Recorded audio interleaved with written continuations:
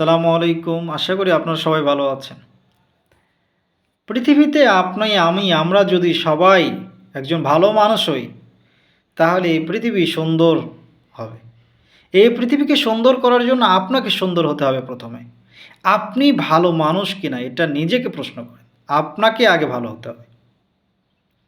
একটা ভালো মানুষ হওয়ার জন্য আপনার ভালো চিন্তা করতে হবে। যখন আপনি ভালো চিন্তা করতে পারবেন, তখন আপনি একজন ভালো মানুষ হতে পারবেন। নেগেটিভিটি আপনার ভিতর থেকে শেষ করে ফেলতে হবে। নেগেটিভিটি কেন? এত নেগেটিভিটি যদি আপনার ভিতরে থাকে তাহলে আপনি কিছুই করতে পারবেন না। নেগেটিভিটি আপনাকে মানে ভিতর থেকে ঝেড়ে ফেলতে হবে। পজিটিভ থিংকিং করতে হবে। পৃথিবীতে ভালো একজন মানুষ হওয়ার জন্য ভালো চিন্তা করা প্রয়োজন। এই পৃথিবীর আজকে বর্তমান যে সময়, এটা ভীষণ খারাপ সময়। আমরা পৃথিবী ধ্বংসের ঠিক কাছাকাছি চলে গেছি। পৃথিবী ধ্বংসের খুব কাছাকাছি সরনিকটে চলে গেছি।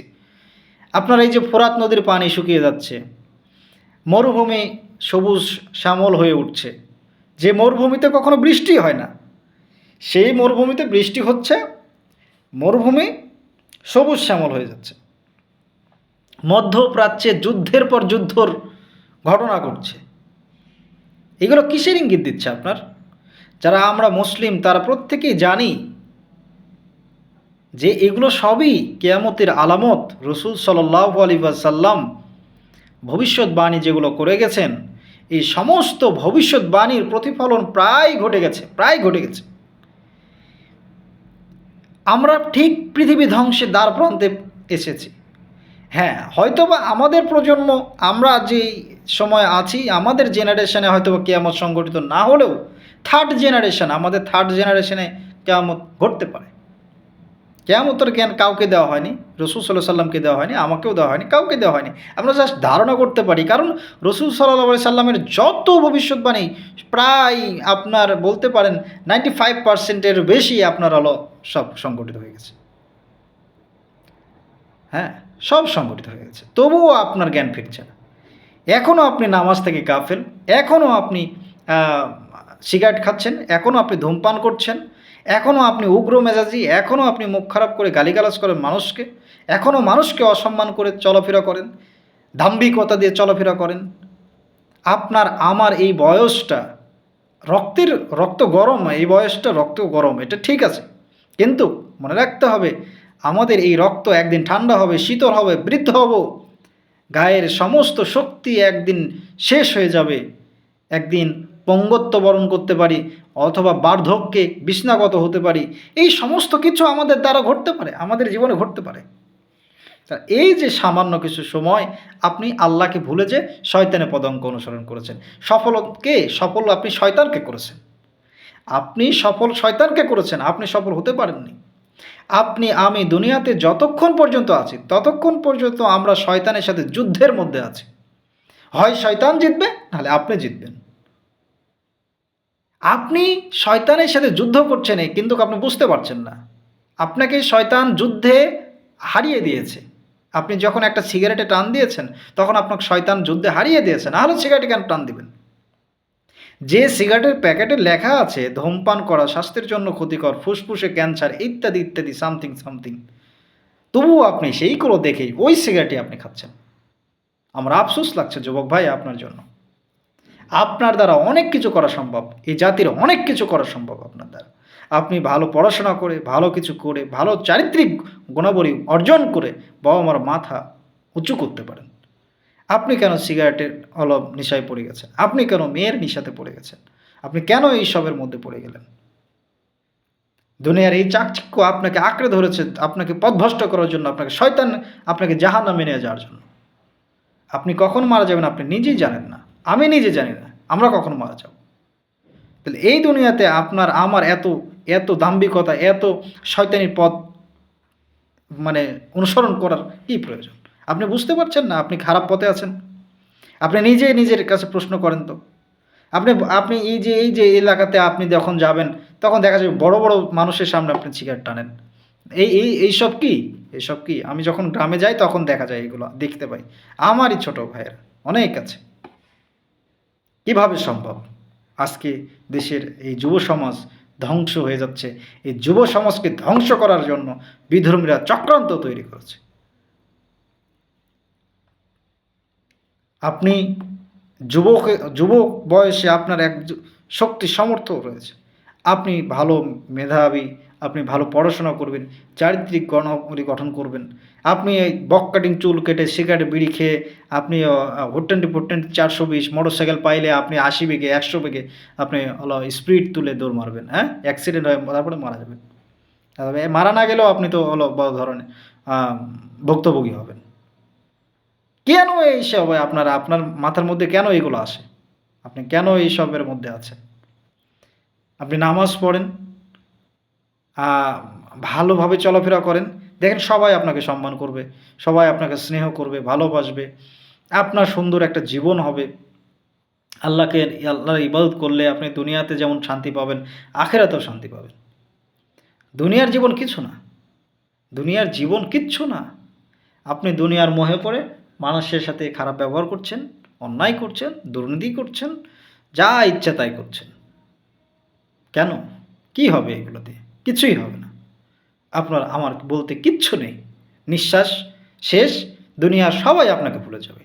আপনার বন্ধু-বান্ধবের সাথে আপনি সিগারেট খাচ্ছেন, আপনার বন্ধু-বান্ধবের সাথে আপনি সিগারেট খাচ্ছেন। আপনি মারা যাওয়ার সঙ্গে, সঙ্গে এই বন্ধুগুলো বলবে, "এই ছেলেটা খুব খারাপ ছিল। আমার বন্ধু সিগারেট খাইত।" মানুষের কাছে বলবে?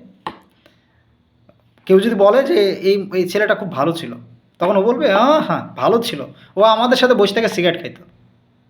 আপনি মারা গেছেন, আপনার বন্ধুদের সাথে সিগারেট খাইতেন না?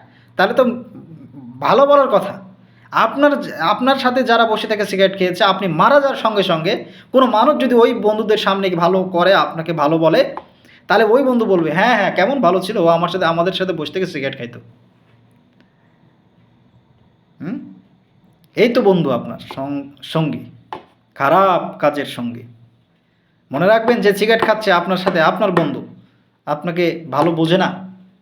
কারণ যে সিগারেট খায় সে জানে যে এগুলা ভালো না। শুধু সিগারেটের কথা বলছি না। যে কোনো নেশা আপনাকে ধ্বংসের পথে নিয়ে যাবে। যে কোনো নেশা আপনাকে আ ও জীবনে উন্নতি করার অনেক প্রতিবন্ধকতা তৈরি করবে। এইসব সিগারেট, বিড়ি, নেশা জাতীয় সমস্ত এই জুয়া, আপনারা এই যে কি সব ওই তাস খেলা ইত্যাদি, ইত্যাদি এটসেট্রা। অনেক খারাপ কাজ। এগুলো কেন করবেন? এগুলো করার প্রয়োজন নেই। এগুলো করলে আপনার জীবন ধ্বংস হয়ে যাবে। এগুলো করলে আপনার জীবন ধ্বংস হয়ে যাবে। তো সুতরাং আমি অনেক কথা বাড়ালাম না। কিছু কথা আবেগে বললাম। আম কিছু জিনিস চোখের সামনে দেখতেছি, যার কারণে আর নিতে পারলাম না। যার কারণে আমি বললাম আরকি। আমরা সবাই যুব সমাজ, এখন বর্তমানে ইয়ং জেনারেশন। আমাদের অনেক কিছু করার আছে। হ্যাঁ? জীবনে আমাদের অনেক কিছু করা আছে। ভালো পড়াশোনা করেন, ভালো কিছু করেন। হ্যাঁ? জীবনে একটু ভালো চলাফেরা করার চেষ্টা করেন। এত কেন? আর সবচেয়ে বড় কথা হচ্ছে, যুব সমাজের কাছে আমি অনুরোধ করব, মেয়ের নিশাতে পড়বেন না। মেয়ে আপনাকে ধ্বংস করে ফেলবে। মেয়ে এই পৃথিবীর সবচেয়ে বড় ফাঁদ আপনাকে ধ্বংস করার জন্য। আপনার সময় নষ্ট করবে, আপনার চরিত্র নষ্ট করবে, আপনার সব কিছু নষ্ট করবে মেয়েগুলো। মেয়েদের ফাঁদে পা দিবেন না। মেয়েদের ফাঁদে পা দিবেন তো আপনি ধ্বংস হবেন। মেয়ের ফাঁদে আপনি কেন পা দিবেন? আপনি মেয়ের পিছনে ছোটেন। হ্যাঁ, হাস্যকর। আপনি মেয়েদের পিছনে, পিছনে ঘোরেন, হ্যাঁ? মেয়েদের পিছনে, পিছনে ঘোরেন। আরে ভাই, আপনি কত সুন্দর, কত হ্যান্ডসাম আপনি। হ্যাঁ? আপনি যদি একটু ভালো পড়াশোনা করেন, ভালো চরিত্র গঠন করেন, ভালো একটা আ কর্মস কর্মজীবন তৈরি করেন, হ্যাঁ? ভালো কিছু করেন, তাহলে দেখবেন মেয়েরা আপনার পিছনে লাইন দেবে। আর আপনি মেয়ের পিছনে ছুটছেন। আপনি মেয়ের পিছনে ছুটছেন। কত সুন্দর চেহারা আপনার। কত হ্যান্ডসাম আপনি। আপনি কেন মেয়ের পিছনে ছুটবেন? ঘন্টার পর ঘন্টা আপনি এই যে মেয়ের চ্যাটিং করছেন। হ্যাঁ? এগুলা কেন? করে কি হবে এগুলা? এগুলা সামান্য সময়ের খুশির জন্য আপনি সমস্ত জীবনকে আপনি ধ্বংস করে ফেলছেন। এই দুনিয়াও শেষ, আখিরাতেও শেষ, সব শেষ। আল্লাহর কাছে খারাপ, বাবা-মার কাছে খারাপ, পরিবারের কাছে, সবার কাছে খারাপ, সমাজের কাছে খারাপ, দেশের ক্ষতি, নিজের শরীরের ক্ষতি, আপনার নিজের শরীরের ক্ষতি। এইসব করবেন না। মেয়েদের কাছ থেকে দূরে থাকুন। আ মেয়েদের সাথে মানে মেয়েরা একটা বড় ষড়যন্ত্র। শয়তানের জাল। হ্যাঁ, আপনার জন্য আল্লাহ উত্তম সহধর্মিণী নির্বাচন করে রেখেছেন। তার জন্য অপেক্ষা করেন। আল্লাহ আপনার জন্য নিঃসন্দেহে উত্তম একজন জীবনসঙ্গী, উত্তম একজন মেয়ে আল্লাহ আপনার জন্য প্রস্তুত রেখেছেন। ইনশাআল্লাহ সময় হলে আপনি পাবেন তাকে। তার জন্য অপেক্ষা করেন, চরিত্রকে সুন্দর রাখেন। আপনি আপনার স্ত্রীর হক কাউকে দিয়েন না, ঠিক আছে? আপনার স্ত্রী যেই প্রাপ্য আপনার কাছ থেকে যে হক, এই হক আপনি কখনোই নষ্ট করেন না। চরিত্রকে ধ্বংস করে আপনি কখনো এই দুনিয়াও কামাতে পারবেন না, আখেরাতও কামাতে পারবেন না। চরিত্রকে সুন্দর রাখেন, ভালো কিছুই পাবেন।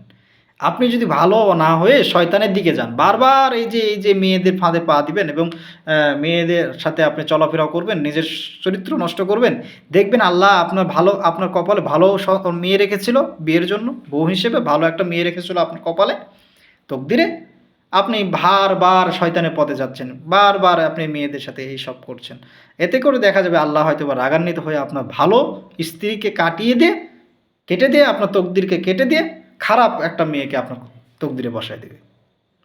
বুঝতে পারছেন? আর যদি আল্লাহর পথে চলাফেরা করেন, ধৈর্য ধরেন ওই মানুষটার জন্য, যে মানুষটাকে আল্লাহ আপনার জন্য রেখেছেন, তার জন্য চরিত্রকে সুন্দর রাখেন, জেনা ব্যভিচার না করবেন, এগুলো করবেন না, তাহলে আল্লাহ দেখা যাবে যদিও আপনার কপালে খারাপ কিছু থাকে, খারাপ কোনো মেয়ে বউ হিসেবে থাকে আল্লাহ লেখেন, তাও আল্লাহ খুশি হয়ে দেখা যাবে ওই সব খারাপ জীবনসঙ্গী কেটে দিয়ে আল্লাহ আপনার জন্য উত্তম জীবনসঙ্গী নির্বাচন করে দেবেন। তো সব কিছু আল্লাহর হাতে। হ্যাঁ, উত্তম জীবনসঙ্গীর জন্য আপনাকে উত্তম চরিত্র গঠন করতে হবে। জীবনে ভালো একজন স্ত্রী পেতে হলে আপনাকে ভালো একজন চরিত্রবান মানুষ হতে হবে। ভালো একজন চরিত্রবান মানুষ না হয়ে আপনি ভালো একজন চরিত্রবান স্ত্রী আশা করেন, এটা তো পাগলের একটা প্রলোভ। এত মেয়েদের সাথে চ্যাটিং ফ্যাটিং, এত মেয়েদের সাথে কথাবার্তা, এত কিছু করার পরে দেখা যাবে যে আমি খারাপ খারাপ মেয়ে পাবো। তো এইসব আমরা না করি, মেয়েদের সাথে চ্যাটিং ফ্যাটিং খুব কম করি। এইসব থেকে যত পারা যায় দূরে থাকা যায়, এটাই আলহামদুলিল্লাহ, এটাই শুকরিয়া। মেয়েদের কাছ থেকে, মেয়েরা একটা বড় ফাঁদ, এগুলো থেকে আমরা যতটুকু পারি নিজেকে দূরে সরায় নিই।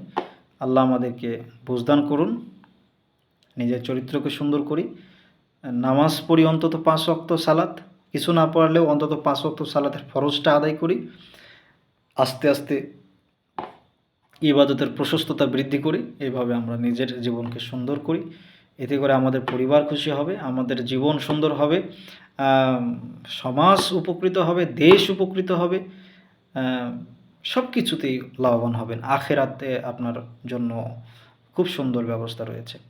আল্লাহ আমাদের প্রত্যেককে সুন্দর এবং ভালো মানুষ হিসেবে কবুল করুন এবং ভালো বান্দা হয়ে ঈমান নিয়ে কবরে যাওয়ার তৌফিক দান করুন। সবাই আল্লাহুম্মা আমিন। আপনারা সবাই ভালো থাকবেন, আমার জন্য দোয়া করবেন। এই বলে আমার এই সংক্ষিপ্ত আপনাদের সামনে আলোচনাটা এখানে শেষ করছি। আসসালামু আলাইকুম ওয়া রাহমাতুল্লাহি ওয়া বারাকাতুহু।